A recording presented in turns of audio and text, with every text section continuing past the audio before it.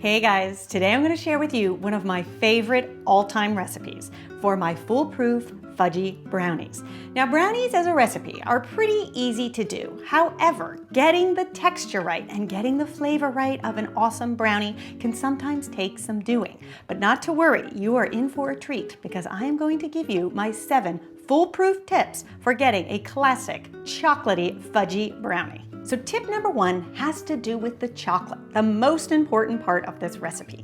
Now, for me, I have found that it really makes a big difference if you mix up the chocolates. The perfect ratio is 12 ounces of bittersweet and 4 ounces of semi-sweet.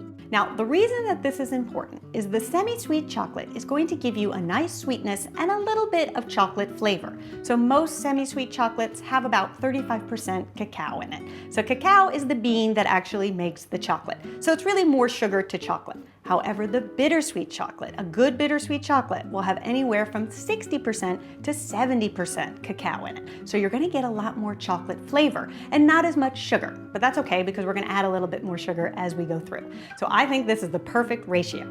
Now, tip number 2 has to do with getting the right ratio of chocolate to butter. That's really what's gonna give you a nice texture.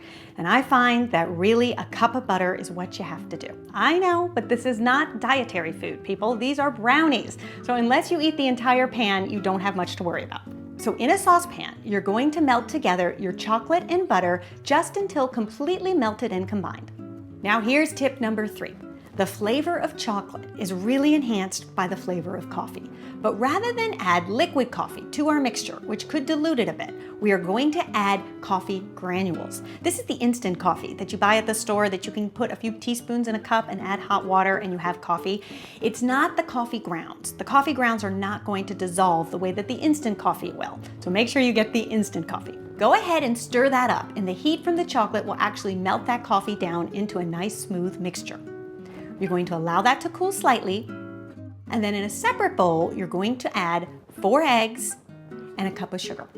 Go ahead and whisk that up just until it's a pale yellow color and nice and smooth.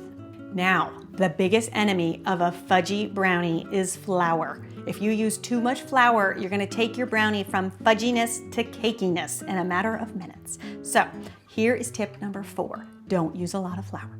So we are going to take about 3/4 cup of flour. Now, the other thing when it comes to flour and measuring is I'm a big fan of the just sort of scoop and settle method. That is how I have developed this recipe. So if you go in and you scoop and pack and scoop some more, you're gonna end up with too much flour. So just gently scoop and level until you get 3/4 cup. Then you're gonna also add a half a teaspoon of baking soda and a half a teaspoon of salt. Go ahead and just whisk that up and then set it aside. Then we're gonna go back to our chocolate mixture. We're going to add it into our egg mixture, whisking all the while just until it's completely combined. And then you're going to add your flour mixture in 2 parts. Take half of it, stir it up until it's well combined, and then take the other half and stir it up until it's well combined. And you'll see you'll start to have a very sticky, shiny mixture on your hands, and that's exactly what you want. Tip number 5 has to do with the pan. So I'm a big fan of serving large brownies. I don't know if it's because I'm a mom or because I entertain a lot, but anytime you bring a large brownie to the table, people get pretty excited. And the best way to secure getting a large brownie is just to use a large pan. So the one that I like to use is 11 by 16, 1 inch high. Now the other trick here is to make sure that you line this pan in parchment paper, not wax paper, but parchment paper. The parchment paper is going to help lift those brownies out of the pan when they're done and cut them into squares. Remember, these are some chewy, sticky brownies, so even if you grease that pan and flour it, they're still gonna stick to the bottom. Whereas if you use parchment paper, they're going to slide up very easily and you won't have that problem. Then you're gonna take your brownie batter and pour it into the center of the pan. This is gonna help distribute that batter through the pan in the best possible way. Then you're gonna take a spatula and smooth it all the way to one side, getting into all those corners. Then take your spatula and spread it on the other side, again, getting into all those corners. Just go ahead and smooth out that batter, making sure you're getting into all the sides and nooks and crannies and that your parchment paper is facing out. If your parchment paper gets too crinkly and starts facing inward, your brownies are gonna cook that way. So you wanna make sure you just kind of gently bend it back so that your brownies will actually bake in a nice straight line. Now here comes tip number 6. If you want a nice chewy brownie, you cannot overbake them. And I have found that the perfect temperature is 375 Fahrenheit for exactly 10 minutes. So make sure you set the timer.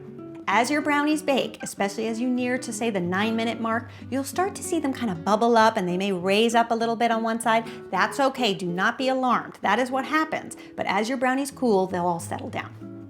And that brings us to tip number 7, allowing your brownies to cool. So once they're done, take them out of the oven and allow them to sit on your cooktop really for at least 30 minutes if you can stand it. An hour is even better, because as those brownies cool, the chocolate and the butter, it starts to congeal together and will actually make your brownies hold its shape. If you cut into them right away, they're gonna get really crumbly and gushy and they're not gonna be as pretty.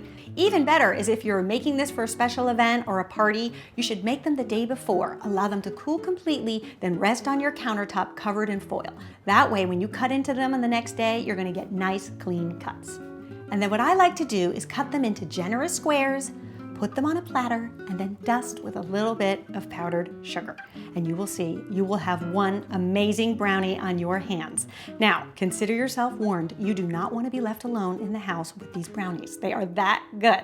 So definitely make them when you have a bunch of people coming for dinner, or if you're gonna head off to school or work and bring them to share.